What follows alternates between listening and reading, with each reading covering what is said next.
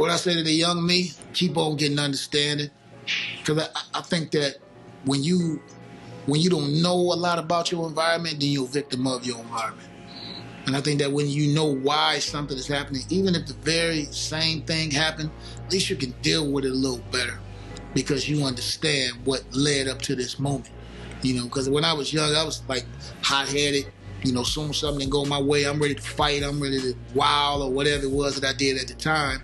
And that may have been warranted, but these days I don't like to be prompted by emotions. You know what I'm saying? I like to be prompted by thought. So if I'm gonna jump on you about something, I don't want to jump on you just because I caught an attitude at the time. I want to jump on you because I decided to. The author that I'm reading right now, his name is Neville Goddard.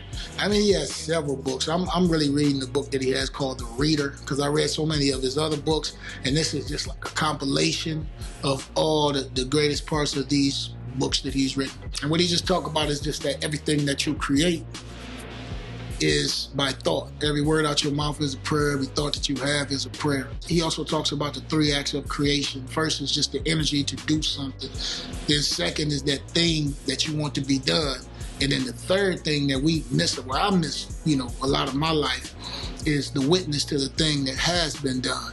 So that can go both ways. A lot of times you'll find yourself not being able to complete the task that you set out to complete, and that's because you don't have a witness there to witness. And I mean somebody that really, really would love for you to complete what it is that you want to complete because they're able to lend you their energy by just witnessing it. And then on the other side of it, we tend to judge a lot of things by their appearance. We make assumptions about things by how they look, when really those things is just in their blossoming state. He talk about having to learn to ignore what something looks like, and then don't be a witness to that thing that you don't want.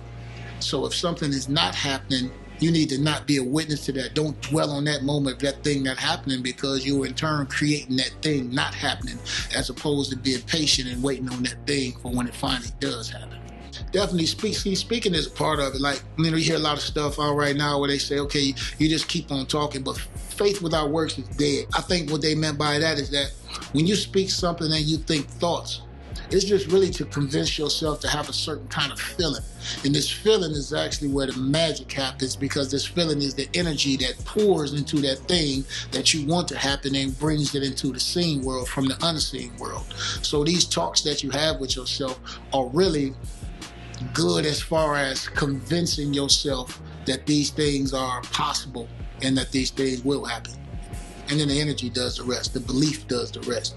I think that there has to be more civil unrest to meet that. I think that there is a revolution that's going to happen, and it's probably not going to be very pretty. Because now it's kind of set a precedent that you don't have to sound like this one thing to make it to the point where you can get a Grammy. You don't have to sound like Chris Brown or Rihanna. I leave the room, I probably was gone for like 40 minutes, man. I get back to the room and my iPad is missing and my iPhone is missing. For some reason, he does not like new people, and he doesn't like men. So when I came in with my husband, I think that was like a red flag, because I was still trying to get to know him, kind of, sort of.